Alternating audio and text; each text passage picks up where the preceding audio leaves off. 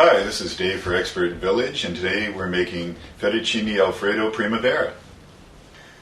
Okay, so now we have the chicken on the side ready. Now we want to remind you, anytime you use raw chicken on your board with your knife or any place that raw poultry is touching, you really want to make sure that you get hot soapy water, get it in your sink, and go ahead and scrub that board down, because salmonella is really easy to get just on any contact with already cooked food. So all your raw foods, really clean this off. I can't stress that enough. So, and then dry off your board, and you can start over with all your other ingredients.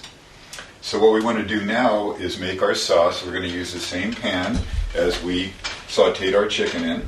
Still has some of the olive oil in there and some of the flavors from the chicken.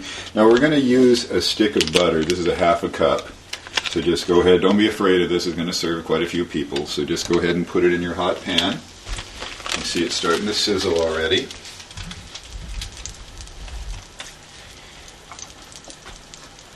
Get that starting to melt down.